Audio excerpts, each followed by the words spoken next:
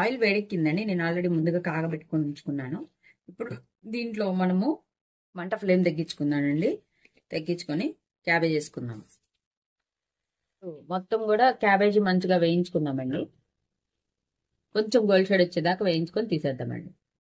ఇదిగోండి చూడండి, ఈ ఫార్మాట్ లోకి రాగానే తీసేసుకుందామండి. కొంచెం గోల్డ్ షేడ్ రాగానే ఇలా గనక ముద్దగడితే తీసుకొని ఆరిన తర్వాత మొత్తం కూడా చితిపేసుకుంటే దానికి సపరేట్ వస్తుందండి. కొంచెం ఆయిల్ పోసుకోండి, సపరేట్ అవుతుంది. బాండి పెట్టుకొని ఆయిల్ పోసుకుందామండి. ఇదిగోండి ఇప్పుడు బాండీలో ఆయిల్ పోతానండి. ఇప్పుడు పప్పు కొంచెం శనక్కాయలు వేయించుకుందామండి. ఇప్పుడు కొంచెం తాలింపు గింజలు వేసుకుందామండి. 1 స్పూన్ తాలింపు గింజలు, 1 స్పూన్ పచ్చిపప్పు, గోల్డ్ సైడ్ వచ్చేదాకా వేయించుకుందామండి. ఇప్పుడు 2 ఎండుమిర్చి వేసుకుందామండి. అట్లానే కొంచెం కరివేపాకు, తాలింపు అట్లానే వేగిపోయిందండి మొత్తం కూడా. ఇప్పుడు మనము